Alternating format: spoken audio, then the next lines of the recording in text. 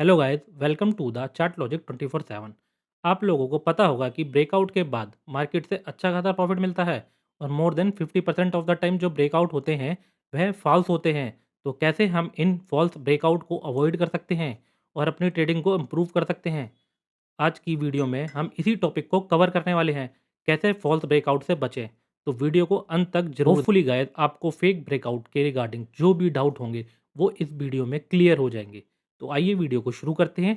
Rule number 1, don't chase parabolic move या power move भी कह सकते हैं। जब प्राइस या कैंडल अपनी रेजिस्टेंस लेवल को विदाउट रिट्रेसमेंट ब्रेक करता है तो हम इसे पैराबोलिक मूव कहते हैं। आइए एग्जांपल देखते हैं। यहाँ आपको दिख रहा होगा प्राइस कैसे बिग मूव के साथ विदाउट रिट्रेसमेंट रेजिस्टेंस लेवल को ब्रेक करता है।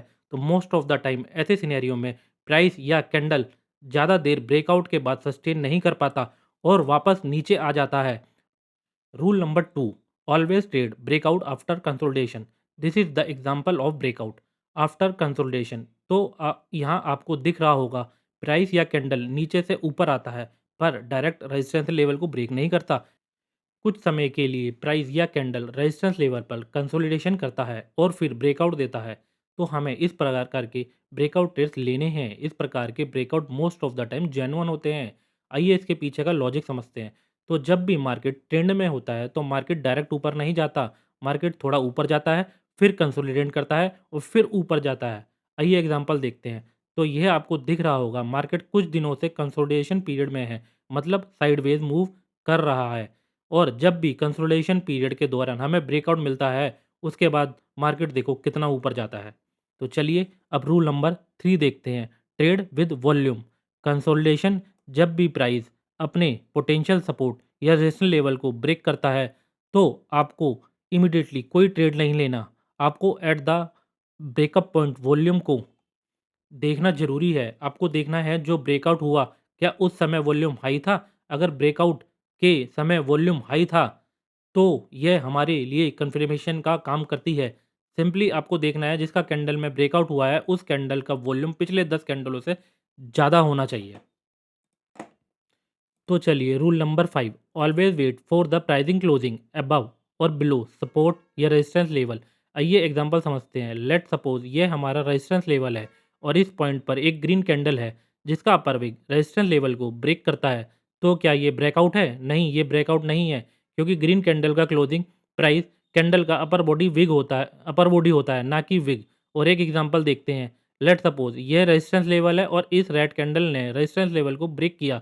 तो क्या प्राइस रेजिस्टेंस लेवल को ब्रेक करके क्लोजिंग दे रहा है? याद रखिए मैं यहाँ कैंडल क्लोजिंग की बात नहीं कर रहा, मैं प्राइस क्लोजिंग की बात कर रहा हूँ। रेड कैंडल का क्लोजिंग प्राइस लोअर बॉडी होता है तो इसे भी हम ब्रेकआउट नहीं बोल सकते। तो आइए ब्रेकआउट देखते हैं। जब भी किसी ग्रीन कैंडल की बॉडी रेजिस्टेंस लेवल को ब्रेक करके क्लोजिंग देती है तो ये ब्रेकआउट होता है, क्योंकि ग्रीन कैंडल का क्लोजिंग प्राइस ऊपर होता है। इसका मतलब प्राइस रेजिस्टेंस लेवल को ब्रेक करके क्लोजिंग दिया। और जब किसी रेड कैंडल की बॉडी सपोर्ट लेवल को ब्रेक करके क्लोजिंग देती है तो यह भी एक ब्रेकआउट कहलाएगा, क्योंकि रेड कैंडल का क्लोजिंग प्राइस नीचे होता है। याद रखिएगा रेजिस्टेंस ब्रेकआउट के लिए ग्रीन कैंडल की बॉडी का रेजिस्टेंस लेवल को ब्रेक करना जरूरी है और सपोर्ट लेवल ब्रेकआउट के लिए रेड कैंडल की बॉडी को सपोर्ट लेवल को ब्रेक करके क्लोजिंग देना जरूरी है। Rule number 5, trade after retracement. तो जब प्राइस या कैंडल अपने रेजिस्टेंस लेवल को पैराबोलिक मूव के साथ ब्रेक करती है तो यहाँ आपको कोई ट्रेड नहीं लेना होता। आपको पता ही होगा जब रेजिस्टेंस ब्रेक होता है तब वह सपोर्ट बन जाता है। पॉसिबिलिटी है प्राइस थोड़ा ऊपर जाने के बाद वापस इस लेवल पर रिट्रेस करेगा। जब इस लेवल पर आकर वापस ऊपर जाए और अपने प्रीवियस हाई को ब्रेक कर दे तो आप यहाँ ट्रेड ले सकते हैं। तो अगर यह रूल फॉलो करते हैं तो आपका ब्रेकआउट ट्रेड में अच्छा खासा रिजल्ट देखने को मिलेगा। तो होपफुली गाइस आपको इस वीडियो से थोड़ी बहुत इन्फॉर्मेशन मिली होगी। अगर आपको ये वीडियो इन्फॉर्मेटिव लगी हो तो वीडियो को लाइक और चैनल को सब्सक्राइब जरूर करें। मिलते हैं नेक्स्ट वीडियो में। धन्यवाद आप सबका। आपका दिन शुभ हो।